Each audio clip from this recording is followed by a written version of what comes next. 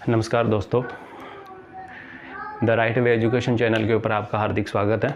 आज हम भारत के संविधान का निर्माण, इंडियन पॉलिटी का पहला चैप्टर जो है वो पढ़ेंगे। तो देखिए, जिस टाइम अंग्रेज़ों को ऐसा लगने लगा कि अब भारत देश को छोड़ के जाना पड़ेगा, तो उस टाइम भारत के अंदर जो भारत के प्रमुख नेता थे, भारतीय राष्ट्रीय कांग्रेस के जो नेता थे या दूसरे कोई भी समुदाय से बिलोंग करने वाले नेता लोग जो थे, उन्हें ऐसे लगने लगा था कि भारत जब आज़ाद हो जाएगा अंग्रेज़ों से, तो उस टाइम हमें इस देश को चलाने के लिए एक आधारभूत दस्तावेज़ की रिक्वायरमेंट होगी। उसी दस्तावेज़ को आज हम संविधान के नाम से जानते हैं। तो ये संविधान जो है वो किस तरह से आगे फलता फूलता गया, किस तरह से इसकी नींव पड़ी, वो सब हम पढ़ेंगे और किस किस ने इसकी मांग रखी, वो सारा हम इस लेक्चर के अंदर कवर करेंगे। तो सबसे पहली हेडिंग या पहला टॉपिक जो हम रखते हैं, संविधान सभा की मांग। संविधान सभा की मांग सबसे पहले 1934 के अंदर वामपंथी आंदोलन के प्रखर नेता M.N. रॉय ने रखी। सबसे पहले ये आधिकारिक तौर के ऊपर नहीं रखी गई थी, लेकिन संविधान सभा के निर्माण के बारे में सबसे पहली मांग हम इसके रूप में देख सकते हैं। फिर इसके बाद 1935 के अंदर भारतीय राष्ट्रीय कांग्रेस ने सर्वप्रथम आधिकारिक तौर के ऊपर संविधान के निर्माण के लिए एक सभा का होना जो है वो उसकी मांग रखी गई, उसकी मांग रखी आधिकारिक तौर के ऊपर सबसे पहले। फिर सन 1938 के अंदर भारतीय राष्ट्रीय कांग्रेस के जो प्रमुख नेता पंडित जवाहरलाल नेहरू थे, उन्होंने कहा कि जब भारत स्वतंत्र ही हो जाएगा तो उसके अंदर किसी भी तरह का विदेशी हस्तक्षेप नहीं होना चाहिए।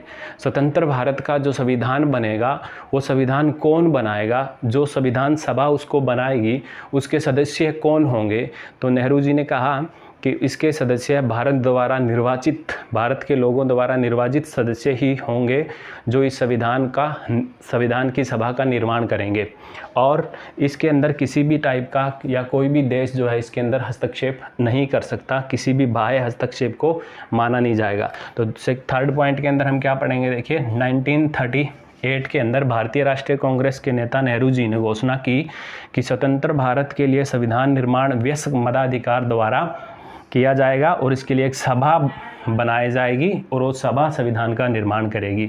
इसमें किसी भी तरह का बाह्य हस्तक्षेप मान्य नहीं होगा।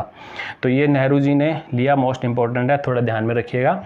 इसके बाद हम इसका फोर्थ और लास्ट पॉइंट पढ़ते हैं। ये जो नेहरू जी ने मांग की थी किसी भी बाह्य हस्तक्षेप ना होने की, ये अंग्रेजी सरकार, ब्रिटिश सरकार ने 1940 के अंदर इसको स्वीकार कर लिया, जिसको हम आज अगस्त प्रस्ताव के नाम से जानते हैं। तो ये कुछ मुख्य बिंदु थे संविधान सभा के निर्माण के बारे में कि किसने मांग उठाई। आशा करता हूँ कि आप इसको समझ गए होंगे और आपको ध्यान में अच्छी तरह से आया होगा। अब हम आगे चलते हैं दूसरे टॉपिक के ऊपर। हम बात करेंगे संविधान सभा के गठन की।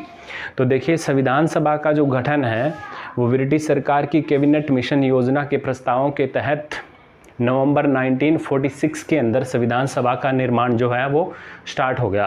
तो जब संविधान सभा बनी तो इसके अंदर कुल सदस्यों की संख्या 389 थी, जिसके अंदर से ब्रिटिश प्रांतों से 293 सदस्य चुन के आए थे, देसी रियासतों को 92, चीफ कमिश्नरीज को 4 सदस्य जो उसके अंदर इवॉल्व थे।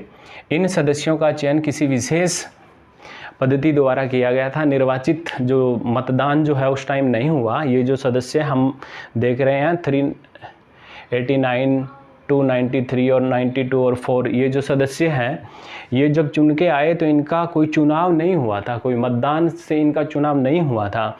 तो इनका चुनाव फिर कैसे हुआ, तो इनका चुनाव ऐसे कर लिया गया कि अगर मान लो कि किसी प्रांत की जनसंख्या 20 लाख है तो वहाँ से 2 सदस्य चुन के भेज दिए गए, यानी प्रति 10 लाख की जनसंख्या के ऊपर एक सदस्य का चुनाव जो है वो हुआ। और इस चुनाव के अंदर कोई विशेष धर्म नहीं था, इसमें सभी धर्मों के लोगों ने हिस्सा लिया। साथ ही साथ उस टाइम जो 2 प्रमुख पार्टियां थी, भारतीय राष्ट्रीय कांग्रेस और मुस्लिम लीग, उसके सदस्य भी इसके अंदर शामिल हुए। और संविधान सभा के लिए चुनाव जो है वो जुलाई अगस्त 1946 के अंदर हुआ था। तो इसमें देखिए जब ये चुनाव हुआ तो कांग्रेस 208 सीटें जीती, मुस्लिम लीग 73 सीटें जीती, छोटे समूह और जो स्वतंत्र सदस्य थे उन्होंने 15 सीटें जीती। बाकी जो देश की देसी रियासतें जो बच गई थी उन्होंने इस संविधान सभा से दूरी बना ली थी और किसी भी तरह का सदस्य जो है अपने यहाँ से नहीं भेजा, इसलिए 93 सीटें जो है वो खाली रह गई थी। तो ये आशा करता हूँ कि समझ में आया होगा। ये पहला लेक्चर था संविधान सभा के निर्माण के बारे में। इसके बाद आगे जैसे ही संविधान सभा का निर्माण जब हुआ तो उसके लिए समितियों की, इसको संविधान सभा को मेंटेन करने के लिए, आगे पूरा कंप्लीट करने के लिए बहुत सारी समितियों की ज़रूरत हुई। सेकंड चैप्टर के अंदर हम इसकी समितियों के बारे में पढ़ेंगे। Thank you.